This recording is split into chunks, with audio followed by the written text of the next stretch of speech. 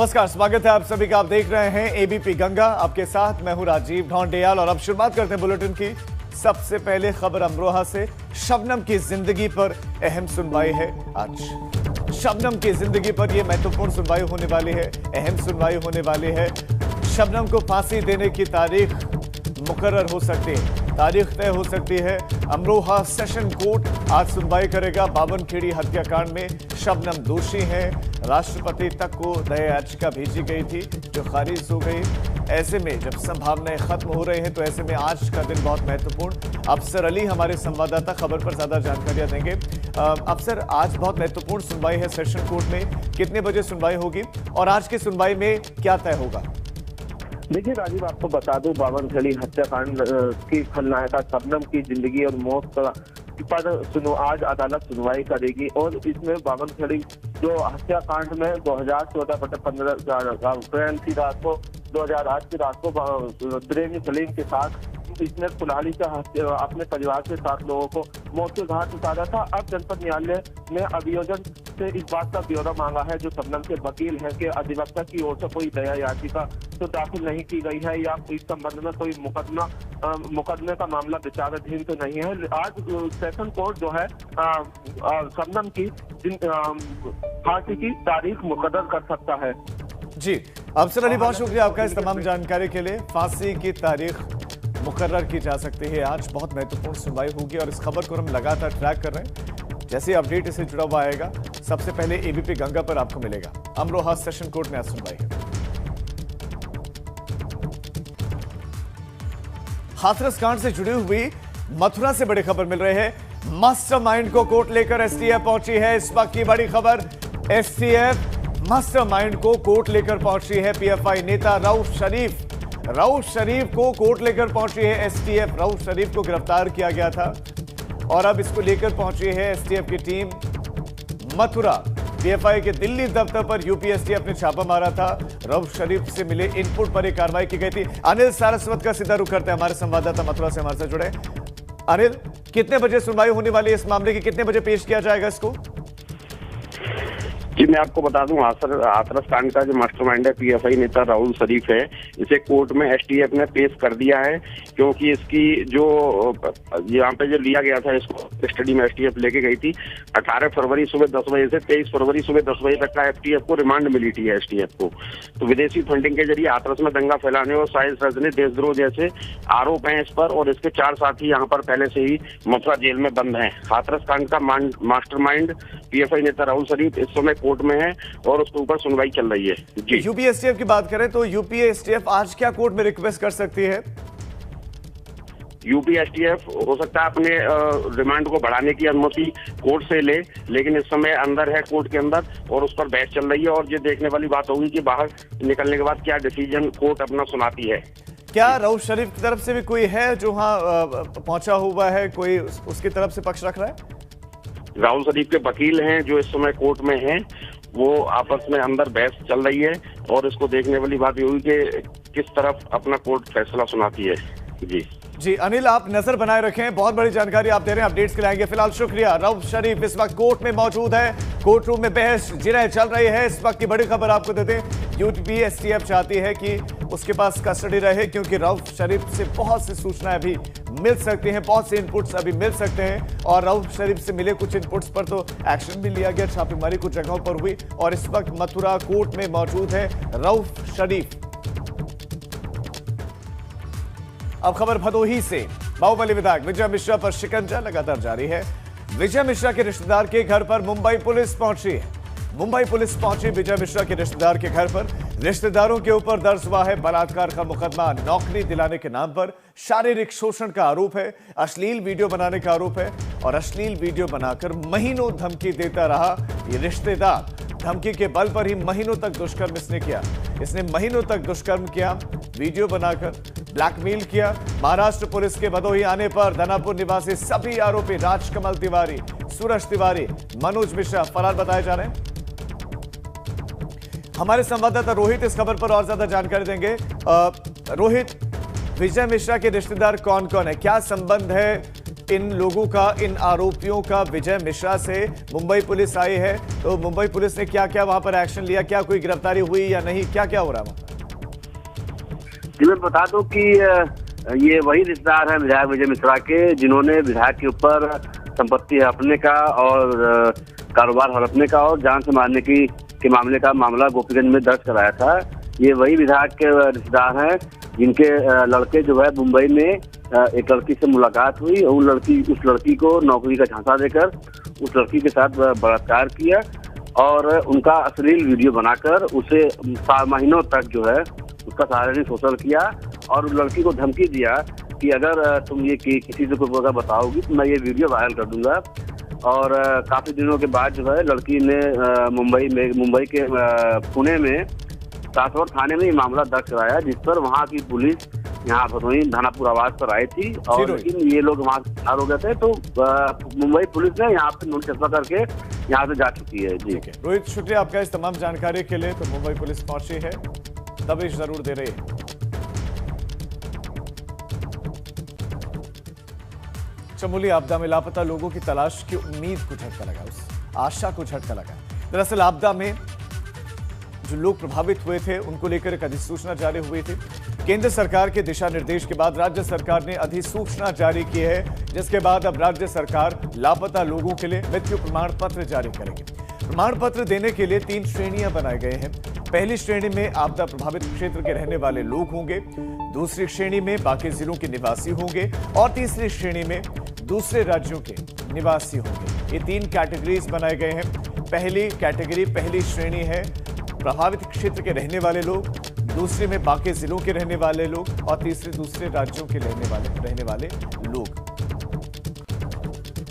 तो अब सांस के आस टूट गए हैं। मृत्यु प्रमाण पत्र जारी करना यानी कि सरकार को जो उम्मीदें अब तक थी वो उम्मीदें भी अब टूट गई हैं। पहली श्रेणी में हम बता रहे हैं आपको कि किन किन लोगों को रखा जाएगा, कौन कौन लोग इसमें काउंट होंगे, जो स्थानीय लोग हैं, जो प्रभावित लोग हैं। इसके बाद दूसरी कैटेगरी आती है जिसमें दूसरे जिलों के लोग हैं, उत्तराखंड के दूसरे जिलों के लोग जो लापता है। फिर तीसरी कैटेगरी है, उसमें दूसरे राज्यों के लोग होंगे, उत्तर प्रदेश के भी कई लोग लापता हैं।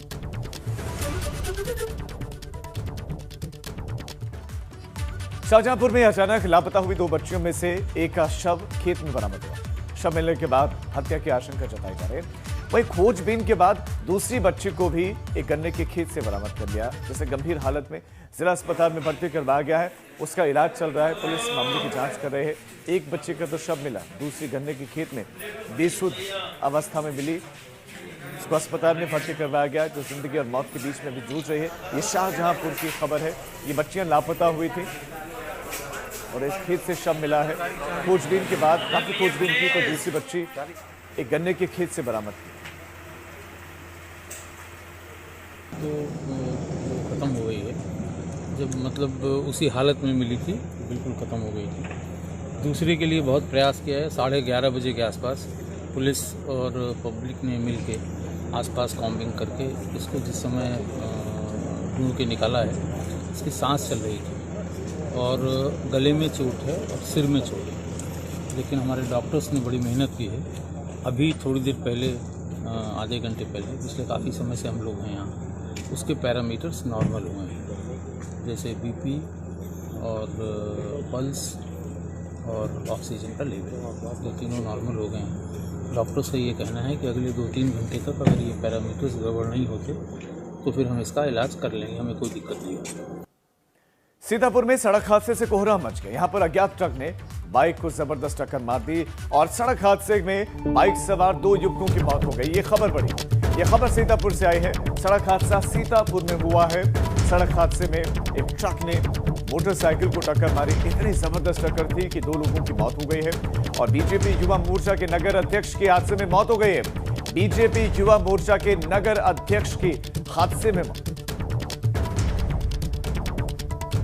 सीतापुर से बड़ी खबर, सड़क हादसा सीतापुर में पेश आया है। एक ट्रक ने बाइक को जबरदस्त टक्कर मारी, 2 लोगों की मौत हो गई है और हादसे में बीजेपी युवा मोर्चा के नगर अध्यक्ष की मौत हो गई।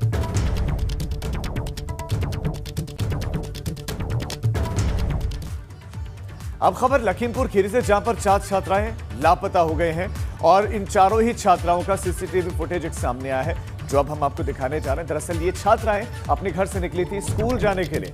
ये छात्राएं अपने घर से निकली स्कूल जाने के लिए, लेकिन स्कूल नहीं पहुंच पाए। इस बीच में रास्ते से ही ये कहीं लापता हो गए। परिजनों ने गुमशुदगी की रिपोर्ट दर्ज करवाई है। सीसीटीवी फुटेज भी सामने आया है। पुलिस ने तलाशी के लिए 5 टीमें गठित की हैं। 5 टीमें इनकी तलाशी के लिए पुलिस ने गठित की है। तस्वीरें जो सामने आई हैं इसमें ये कहा जा रहा है कि घर से निकली थी स्कूल जाने के लिए, प्राइवेट स्कूल में ये पढ़ते थे, लेकिन कपड़े बदलते हैं और फिर क्या ये खुद से कहीं चले गए हैं, खुद से, या फिर किसी ने किडनैप किया है। हर तरह से इस मामले की जांच हो रही है। अब सीसीटीवी खंगाले जा रहे हैं और अलग अलग जिलों में इन छात्राओं को ढूंढा जा रहा है। लखीमपुर खीरी की खबर, 4 छात्राएं जो घर से निकली स्कूल जाने के लिए, लेकिन वो स्कूल नहीं पहुंच पाए। इस बीच में कहीं ना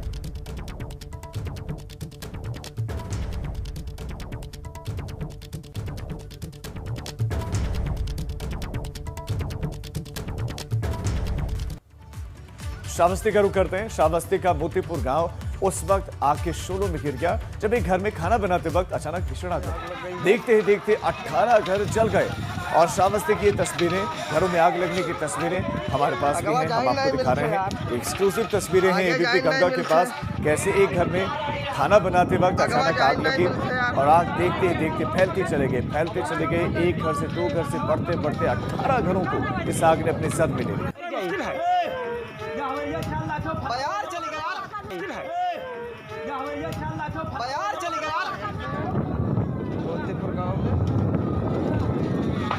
तो ये तस्वीरें हैं जो घर जल रहे हैं। कई लोगों के आशियाने उनसे छिन गए हैं, उनके आशियाने जल गए। अगली खबर गोंडा से है, जहां पर वजीरगंज इलाके में उस वक्त सनसनी फैल गई जब एक युवक की लाश पेट से लटकी हुई मिली। इस घटना के बाद लोगों ने पुलिस को सूचना दी। मौके पर पहुंची पुलिस ने शव को पोस्टमार्टम के लिए भेजकर जांच शुरू कर दी है। ये वजीरगंज का मामला है, गोंडा की खबर है।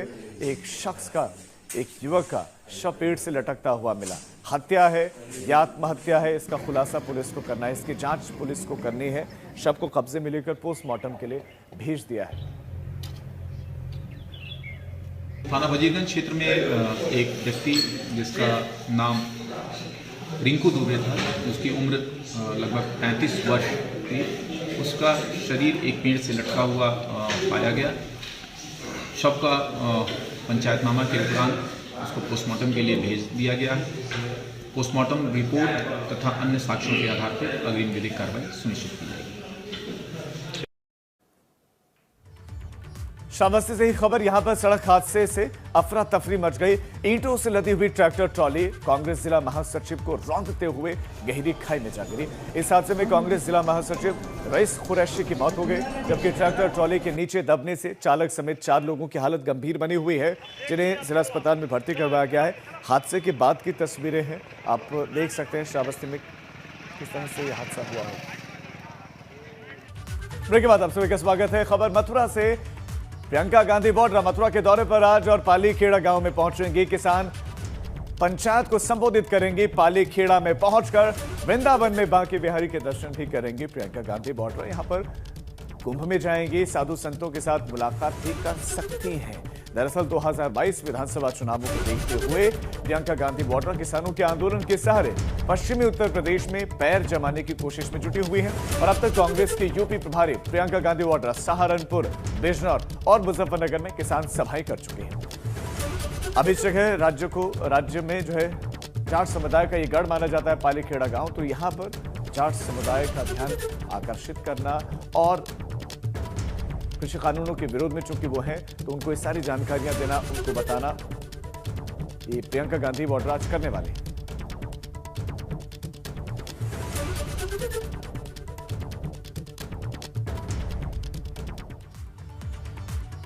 योगी सरकार ने यूपी के इतिहास का सबसे बड़ा बजट पेश किया है, लेकिन अब फाइनेंस मास्टर योगी सबसे बड़ा बजट पेश करने के बाद इस तैयारी में है कि यूपी को $1 ट्रिलियन की अर्थव्यवस्था कैसे बनाया जाए। इसकी रणनीति को लेकर सीएम योगी ने बैठक बुलाई है। साथ ही 5,50,000 करोड़ का जो बजट पेश हुआ है उसे जमीन पर किस तरह से उतारा जाए, कैसे अयोध्या के विकास को तेजी से बढ़ाया जाए, इन्हीं मुद्दों पर शाम को 6:30 बजे एक बैठक होने वाली है। बैठक में किन किन मसलों पर चर्चा होगी, फोकस किस पर रहेगा, वो हम आपको बता रहे हैं। अयोध्या पर फोकस रहने वाला है। अयोध्या के लिए विशेष पैकेज भी अनाउंस किया गया है, आवंटन उसका हुआ है। एयरपोर्ट बनने जा रहा है अयोध्या में, उसको लेकर इसके साथ साथ जो सड़क कनेक्टिविटी है, रोड कनेक्टिविटी है, उसको कैसे ज्यादा बेहतर किया जा सकता है, विश्व स्तरीय शहर कैसे अयोध्या को बनाया जाए, इसको लेकर बजट में प्रावधान है, लेकिन उसको सड़क पर भी, उसको वाकई धरातल पर उतारना भी है। तो इसको लेकर 6:30 बजे महत्वपूर्ण बैठक।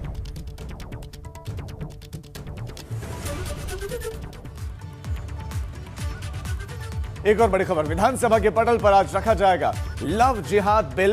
लव जिहाद बिल को लेकर सरकार जो है आज जो है इसको रख सकती है। आपको बता दें कि लव जिहाद अध्यादेश सरकार लेकर आए, लेकिन अब कानून बनाने जा रहे हैं इसको। बिल में 10 साल तक की सजा के प्रावधान है। ये जो बिल सरकार आज पटल पर रख सकती है, उसमें क्या क्या प्रावधान हो सकते हैं वो हम आपको बता रहे हैं। लालच देकर धर्म परिवर्तन करवाना, ये भी गलत है, सजा है। धर्म परिवर्तन की मंशा से शादी की गई, उस पर जो है कड़े प्रावधान है। जबरन लालच देकर या धोखाधड़ी करके धर्म परिवर्तन करवाना, जिला मजिस्ट्रेट मामले में जो है पूरी की पूरी चीजों को देखेंगे। ये स्पेशल मैरिज एक्ट 1954 में केवल 1 ही महीने की अवधि है, लेकिन इसमें अवधि बढ़ी। पुलिस धर्म परिवर्तन के वास्तविक कारण और मकसद की जांच फिर करेगी कि क्यों ये सब किया गया, और आवेदन देना होगा जिला मजिस्ट्रेट ऑफिस में। दोनों पक्षों की रजामंदी अगर नहीं है या भ्रमित करके या छल कपट के जरिए शादी की गई, धर्म परिवर्तन करवाया गया, तो ये कानून का उल्लंघन होगा। ऐसे लोगों पर सख्त कार्रवाई की जा सकती है। तो ये लव जिहाद बिल है जो आज रखा जा सकता है, और बिल अगर पास हो गया तो फिर वो कानून बन जाएगा। अभी अध्यादेश योगी सरकार लेकर आए थे, जिसका विरोध भी खूब हुआ।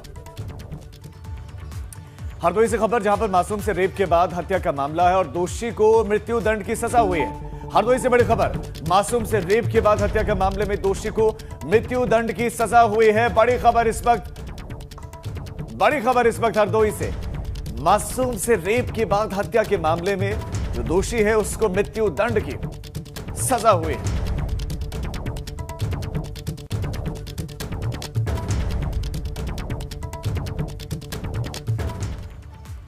और इसी खबर के साथ इस बुलेटिन में फिलहाल इतना ही।